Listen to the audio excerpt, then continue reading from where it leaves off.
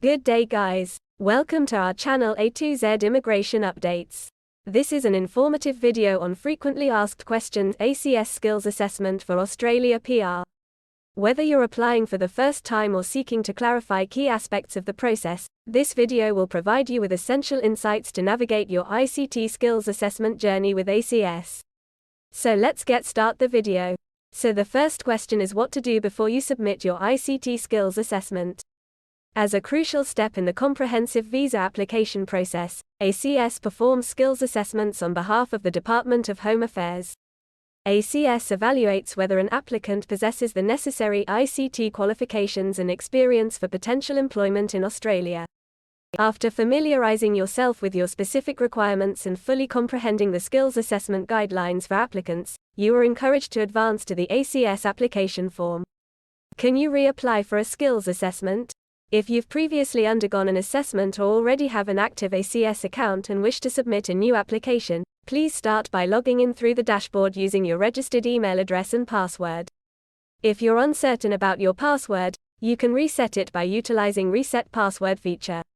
In case your prior application was completed using the online system, your previous documents will automatically transfer to the new application. Please note that you won't have the option to remove any previous documentation as it is securely retained in ACS records. To update your documents, simply upload the revised versions into the existing fields. It's important to ensure that all previously submitted documents as well as any new or updated ones adhere to the requirements outlined in the Skills Assessment Guidelines for applicants. Avoid creating duplicate fields, as their system will detect and process the updated documents accordingly. Is ACS the correct assessing body for application? The ANZSCO occupation you select will dictate the specific assessing authority you should get in touch with. Each ANZSCO category listed in the list of eligible skilled occupations corresponds to a particular assessing authority. What are the suitable criteria for ACS application before submission? Because of the comprehensive and intricate nature of an ICT skills assessment, providing preliminary advice beforehand is not feasible. Formal assessment must be conducted before any guidance can be offered. What are the recommended ICT qualifications or subjects to study? ACS does not offer career or employment advice to applicants. Decisions regarding qualifications and their impact on individual education and career paths are left to the discretion of the student. One of the most frequently asked questions is whether your course is accredited. The purpose of skills assessment is primarily for migration, and accreditation does not influence the outcome of a skills assessment application or the evaluation of a qualification. While ACS does offer accreditation for specific ICT courses, it does not ensure a favorable outcome in the migration skills assessment process. The qualification represents just one component of the comprehensive assessment criteria necessary for a favorable assessment result. Does ACS require an English language test for a skills assessment? No, ACS does not mandate English language tests for skills assessments. Does ACS have a minimum age requirement? Relevant professional ICT work experience is only considered if it was acquired at or after the age of 18. Could your ACS skills application be prioritized for assessment?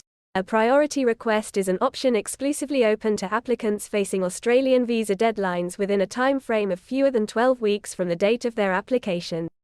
To avail this option, applicants are required to provide a minimum of 2 weeks advance notice of their impending deadline. To have their priority request considered, applicants must upload proof of their visa deadline in PDF format.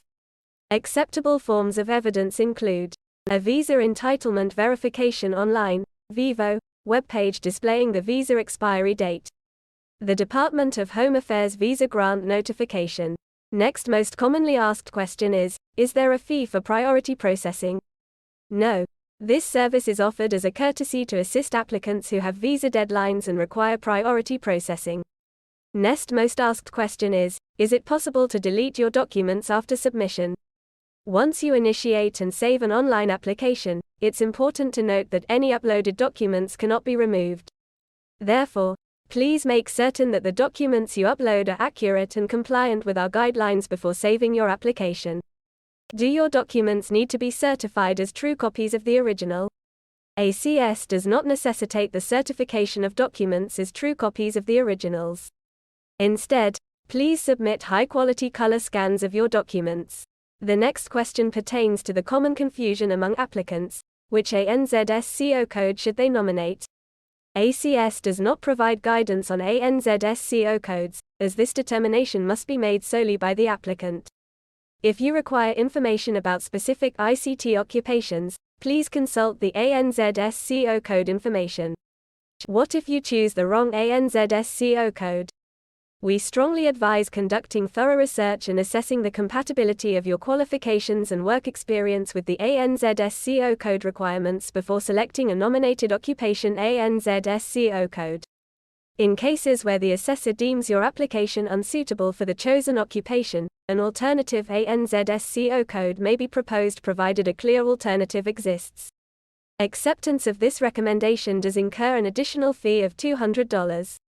Next most frequently asked question is, will your degree be accepted? Given the comprehensive and intricate nature of an ICT skills assessment, the outcome cannot be determined until a thorough evaluation of qualifications and work experience has been conducted. Which application type should you submit, General Skills or RPL? ACS offers 2 assessment pathways. General Skills, suitable for applicants with ICT qualifications and professional ICT work experience. RPL, recognition of prior learning, designed for applicants with professional ICT work experience who either lack tertiary qualifications or possess qualifications with insufficient ICT course content. Please be aware that if you apply under the General Skills pathway, and your qualification is determined to have insufficient ICT content, but you meet the work experience requirements for an RPL application, you will receive a recommendation via email detailing how to proceed with the RPL application. Please note that an additional fee of $200 will apply in this case. Does ACS accept vendor certifications? ACS Skills Assessments only recognize specific vendor certifications. Next question is, if you possess a master's degree, should you also include your undergraduate qualifications? If you hold a master's degree, kindly submit all relevant documentation, including qualifications that serve as prerequisites, such as a bachelor's degree, even if they are non-ICT qualifications. Is it possible to seek a skills assessment before the completion of your qualification? ACS is only able to evaluate qualifications that have been successfully completed. The assessment requirement includes verifying the qualification's completion date. How much work experience do you need to demonstrate to meet ACS requirements? The number of years of work experience required is contingent upon your qualification level, the content of your ICT courses, and the relevance of your qualification to the nominated occupation. This determination is made exclusively during the formal assessment process. What if you cannot provide an employer reference? If you are unable to secure an employment reference on official company letterhead from your employer, ACS may consider a third-party official statutory declaration or affidavit written by a work colleague, provided it is accompanied by one of the following supporting documents: employment certificate or statement of service. Leaving certificate if you are no longer employed at the same company. Is it necessary to provide evidence of paid employment? Yes.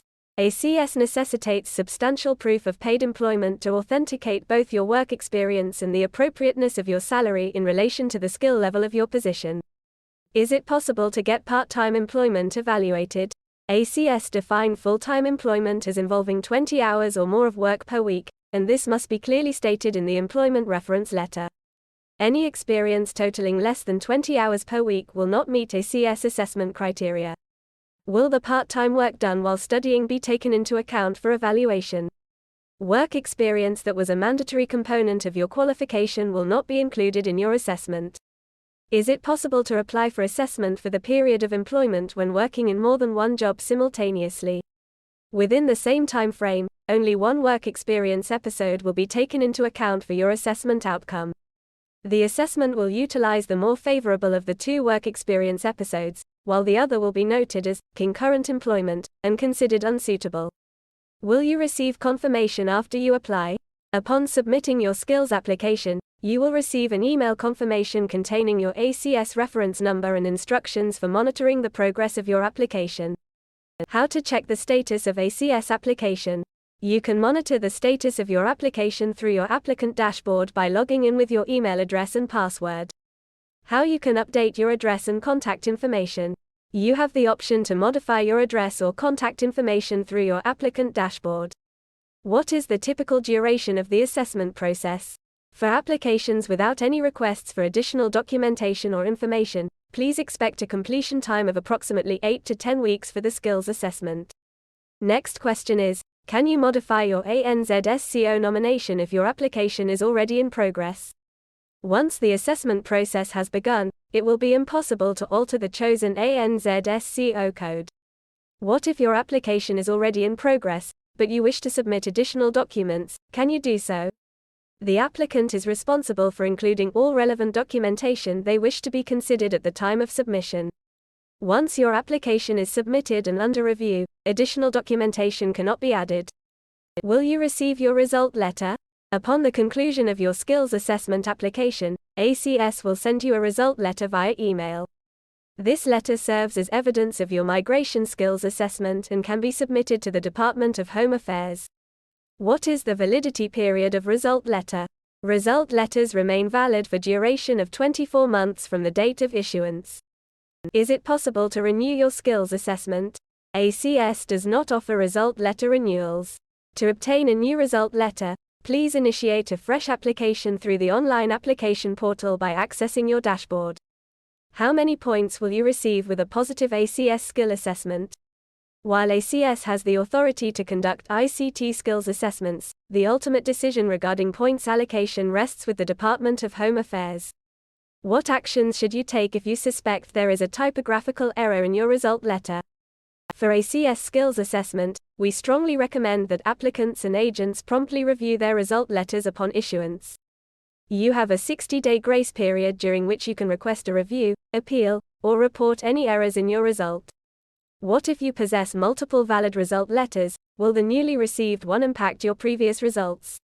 Having multiple favorable assessment outcomes will not nullify any of the prior result letters, as long as they remain valid within the 24-month timeframe.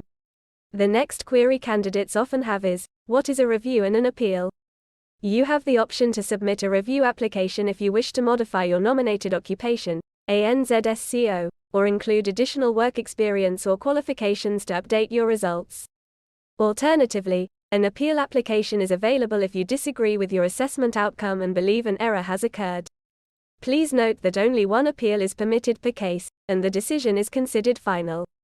Now the question is, what is the difference between a review and appeal application? An appeal application does not allow for the submission of additional documentation. This option is exclusively available with a review application. Should the outcome of an appeal application be favorable to you, the fee will be reimbursed. However, fees for review applications are non-refundable. At what point can you submit a review or appeal application? You are eligible to submit a review or appeal within 60 days from the date stated on your skills assessment result letter. Beyond this 60-day window, a new application will be necessary. What is the typical processing time for a review or appeal application? Kindly anticipate a processing time of roughly 2 to 4 weeks. Is it possible to review an application that has already undergone a review? You can submit a review application as many times as needed within the 60-day period following the finalization of any application. Thank you for watching our comprehensive guide on ACS Skills Assessment. We hope this video has addressed your questions and concerns. Remember to like, subscribe, and share this video with anyone who might find it helpful. If you have more questions or need further assistance, don't hesitate to reach out to Brain Drain Consultants. Best of luck with your skills assessment, and we wish you success in your Australian ICT career.